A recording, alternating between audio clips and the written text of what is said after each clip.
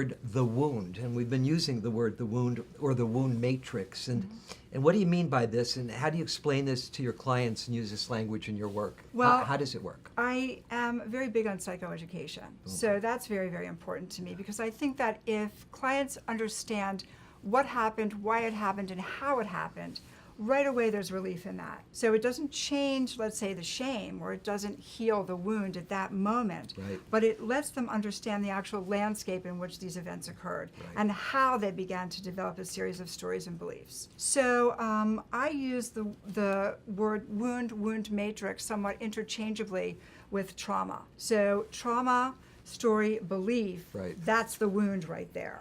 Right. And those three pieces kind of make up the wound. And I keep going like Why this. do you do this when I go like the this wound all the is in time. here? Okay, well, this is Okay. how I hold it. Okay. All right, so when I talk Okay. about autonomic sympathetic nervous system, Absolutely. that it gets and it's my visual, it's like my visual aid. Well, I use actually, I myself. believe that's the somatic expression That is. Of the wound. Yes. Even though it's in here, in the Yeah, it's held here. in the limbic system, in the basal ganglia, as I talk about in my book and on my show, it's that wound is expressed through something in our gut.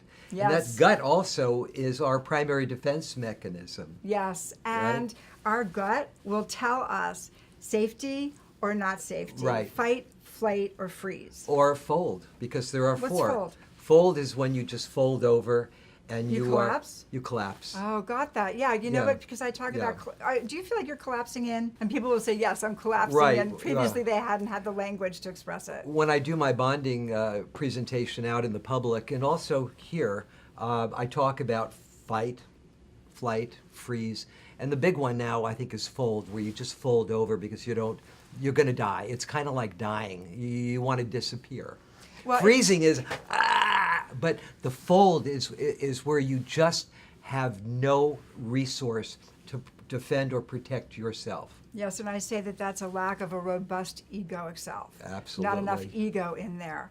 So there's not enough there to really work with. Yeah. So I forgot your question because I'm all excited about whatever it is Well, we're we've just talking about. done it. And by the way, this... Oh, I want to talk about this more. I want to Okay, talk about this go more. ahead. Yes. So I talk about autonomic sympathetic nervous Right, system, and I right. talk about how, to my way of seeing it, trauma gets sort of threaded and stuck here. Right. Okay. So as I use my body as an example when I'm talking or lecturing or Sure. teaching, I imagine autonomic sympathetic nervous system here, trauma sort of threaded through. And then, of course, there is the parasympathetic connected to the vagus nerve.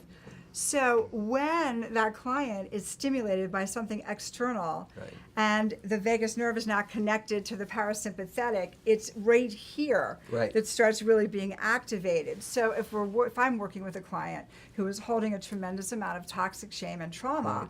then somebody says, oh, why are you wearing that today? And that is enough to stimulate and activate a traumatic response. So I talk about pattern response. And one of the things I like to talk about is how people can groove new neural patterning. Right. To literally heal, as you're healing trauma, I want to groove new neural patterning. That's in the treatment part, and we'll get to that in a Okay. minute.